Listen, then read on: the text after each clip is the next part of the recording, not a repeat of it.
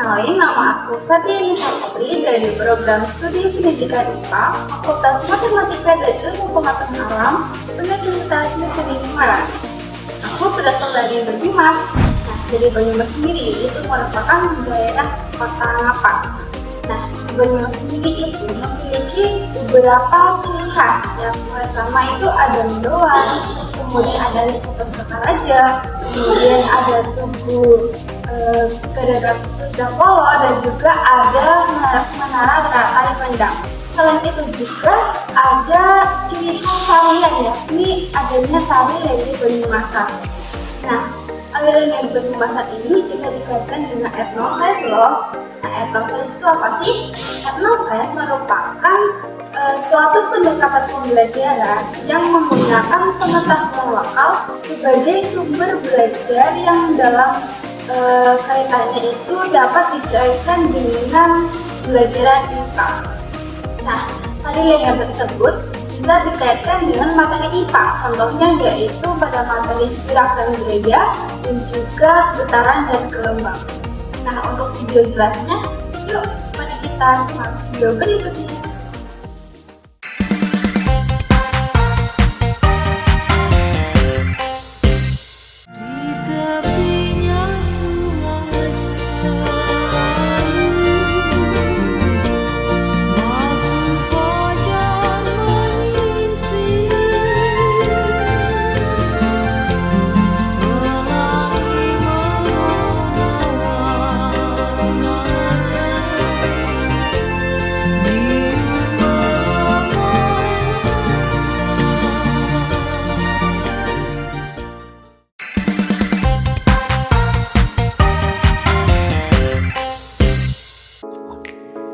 Assalamualaikum warahmatullahi wabarakatuh. Waalaikumsalam. Ya, perkenalkan, nama saya Fatia Sapri. Saya berasal dari Banyumas. Saya merupakan mahasiswa dari Universitas Negeri Semarang dengan prodi program studi pendidikan IPA. Nah, pada kesempatan kali ini saya akan mewawancarai Mas Galot ini tentang tari lengger Banyumasan. Boleh. Nah, sebelumnya boleh memperkenalkan diri? Boleh. Perkenalkan, nama saya Kakak Budianto. Saya di sini pekerjaannya selaku seni, yang mana sebagai seni tradisi yaitu lengger lanang. Ini alamatnya di mana? Alamatnya Desa Tambak Negara, Kecamatan Rawalo, Kabupaten Banyumas. Langsung saja mungkin deh. Pertanyaan yang pertama itu bagaimana sih asal usul tari lengger Banyumasan ini menurut legenda atau cerita tradisional yang ada? Oke, sebenarnya untuk mengenai apa itu kesenian lengger itu sebenarnya sebetulnya itu seorang pejuang yang pada zaman dahulu itu dia sebagai seorang penari, bagaimana caranya dari pejuang Indonesia bisa menembus ke ke lawan, jadi sehingga mereka berdandan layaknya perempuan, terus bisa masuk ke musuh, jadi bisa tahu informasi, bahkan juga bisa mengambil peralatan yang untuk perang itu, termasuk tembak dan lain sebagainya. Itu untuk kronologi asal usulnya lengger lanang. Nah, sebenarnya lengger lanang itu sendiri namanya lengger itu kan aslinya itu laki-laki, karena begini, dikirain leng tapi ternyata ada jenggernya, seperti itu kalau dalam konsep yang luas kayak gitu. Tapi sebenarnya penari lengger itu juga seorang pejuang. Kemudian apa sih yang membuat tari lengger Banyumasan ini menjadi unik dibandingkan dengan tari tradisional di Banyumas? Iya, karena salah satunya sebenarnya untuk tarian-tarian di Kabupaten Banyumas itu banyak yang energik, banyak yang istilahnya tarinya itu tari energik lah ya, bukan seperti di daerah itu terlalu lembut, klasik kayak gitu. Terus yang untuk menarik dari tari lengger itu sendiri memang selain tarinya rancak, terus dan juga itu sangat-sangat menghibur, karena kadang penari lengger itu sendiri kan benar-benar totalitas dan maksimal sehingga digandrungi untuk pecinta seni Lengger Lanang. Kemudian gambaran tentang perkembangan sejarah tari Lengger dari masa ke masa itu bagaimana? Alhamdulillah kebetulan saya di sini juga sebagai salah satu pencetus dan juga khususnya sebagai seniman ya, seniman Lengger. Sebenarnya begini Mbak, untuk saat akhir ini itu perkembangannya kalau saya lihat itu sangat-sangat bagus dan sangat naik sangat signifikan ya, karena mungkin dulu kan banyak itu loh laki-laki sebagai penerima itu kan konotasinya segitu, dan mungkin kebanyakan mereka pada enggan dan nggak mau. Tapi alhamdulillah untuk peningkatan kali ini untuk Lengger Lanang sendiri dibanding Lengger perempuan kayaknya lebih maju Lengger lanang atau laki-laki, dan pesertanya itu semakin hari bahkan mungkin semakin tahun itu semakin naik, dan mereka juga antusias karena mereka juga punya motto siapa lagi kalau bukan seni dari kita yang menguri. Apa tantangan yang bisa dihadapi untuk menjaga kesenian tari Lengger dengan modern? Sebenarnya tantangannya banyak sekali Mbak, termasuk salah satunya itu zaman sekarang itu selalu dibully, dan juga kalau saya rasa sih itu, kalau yang lain nggak ada, cuma kadang-kadang dibully, ya itulah itu laki-laki jadi penari Lengger dan lain sebagainya, itu yang sering kami hadapi kadang-kadang seperti itu. Sebelum melakukan tari Lengger, apakah dilakukan pemanasan? Itu pasti kadang-kadang termasuk pemanasan warming up, kita gerak tubuh dulu, karena bagaimanapun kita kan nantinya akan gerak ya, biasanya olahraga gerak itu kan harus warming up, jadi kita kadang pemanasan gerak-gerak kecil dulu, tapi juga kami setiap mungkin 1 minggu 2 kali itu kan kadang ada pelatihan khusus. Apakah bisa mempengaruhi penampilan?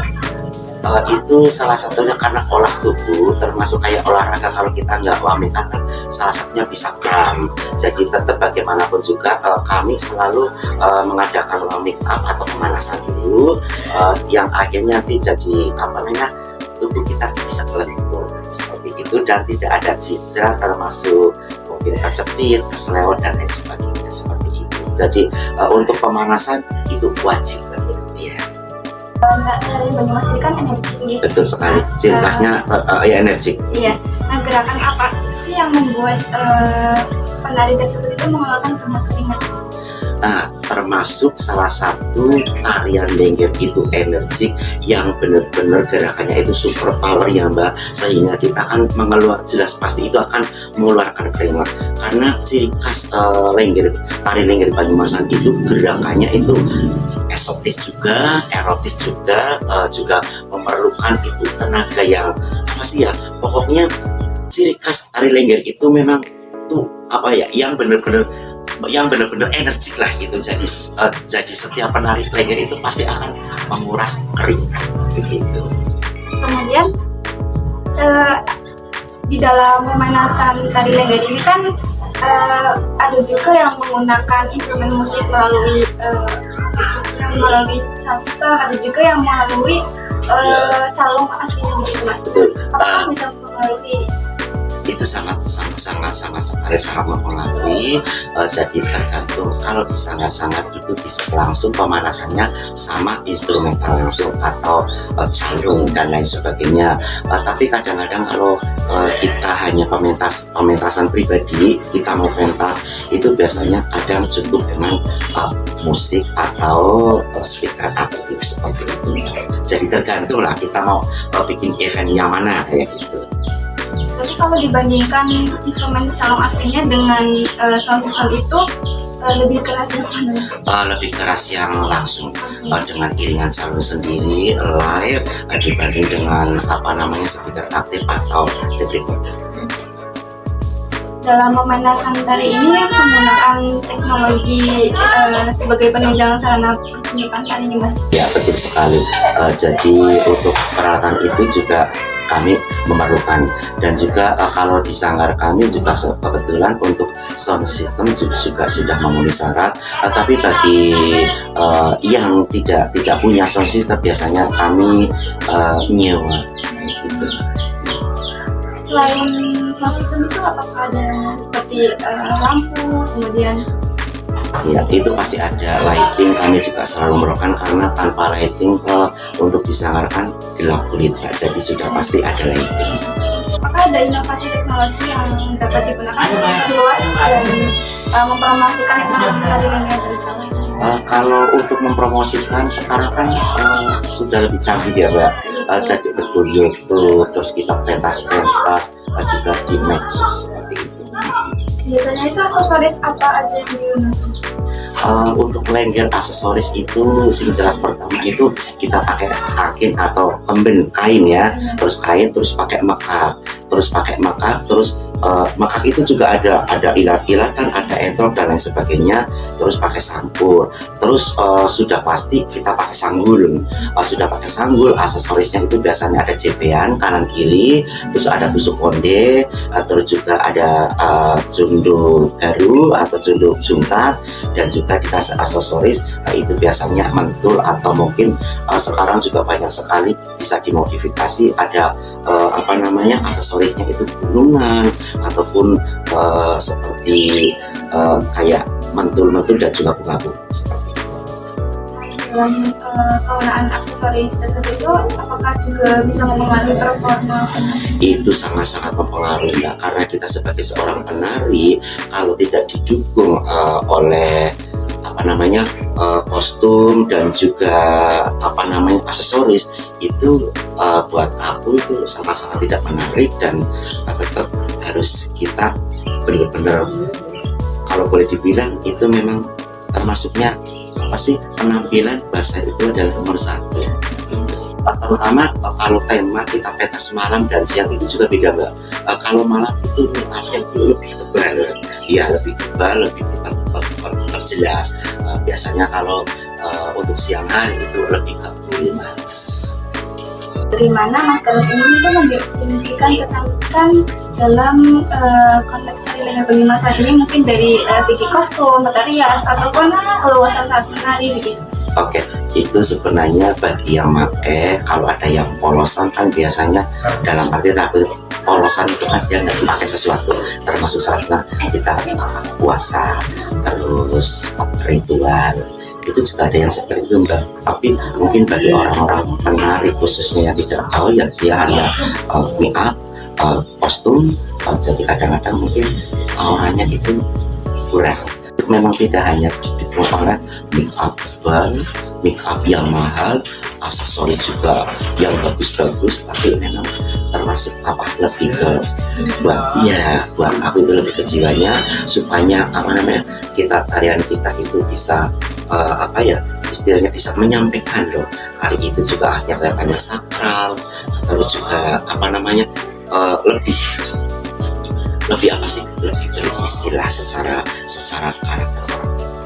Dalam tari lengger ini berarti sudah juga terdapat pola, kemudian bentukan dan kemudian itu sudah pasti ya gitu. Dan tadi sudah katakan di tari lenggeran itu sendiri ada untuk pembukaan itu, terus juga ada keweran, itu ada sekaran, ada juga sedetan, termasuk salah satunya di dalam tari lengger itu.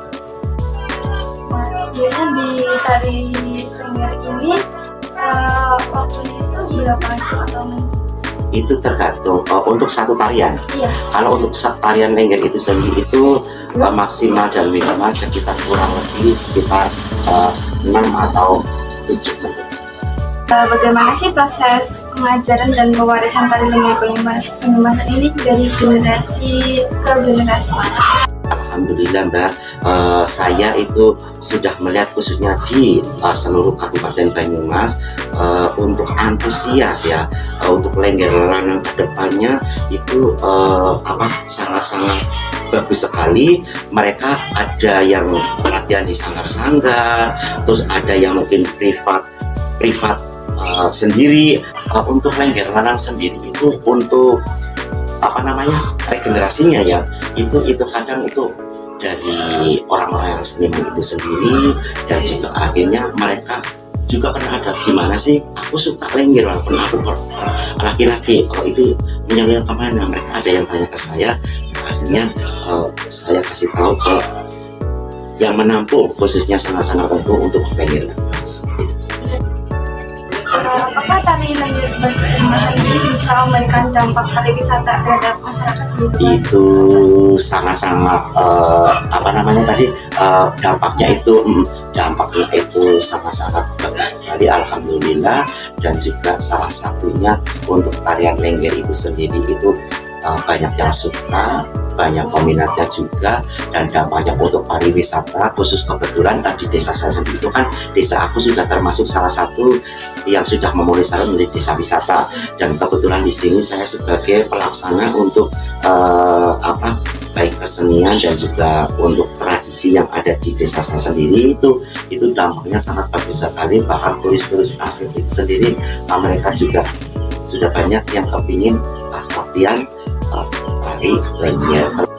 Selain mancanegara juga domestik itu juga untuk yang menengah ke atas itu mereka suka termasuk dengan kesenian Lengger itu sendiri. Dan kalau kita ada kedatangan turis asing maupun lokal gitu ya Mbak, itu pasti tarian Lenggeran untuk membukakan dan untuk menyambut tamu yang mau hadir.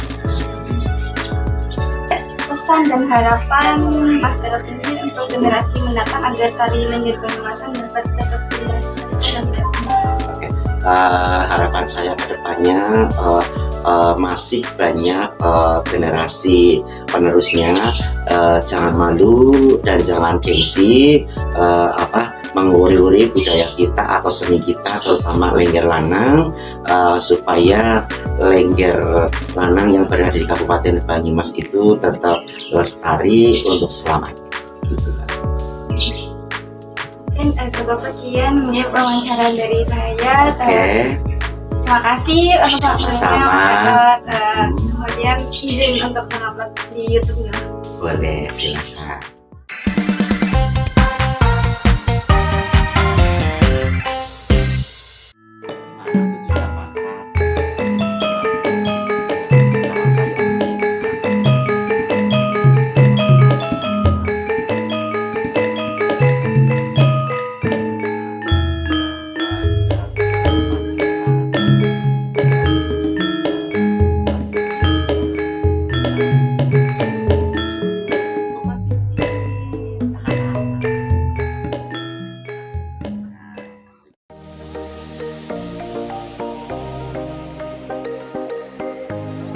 Nah, sekarang sudah tahu kan jika tari Lengger Banyumasan bisa direkonstruksikan ke dalam sains ilmiah. Nah, kira-kira budaya Banyumas apa lagi ya yang dapat direkonstruksikan ke dalam sains ilmiah? Komen di bawah ya.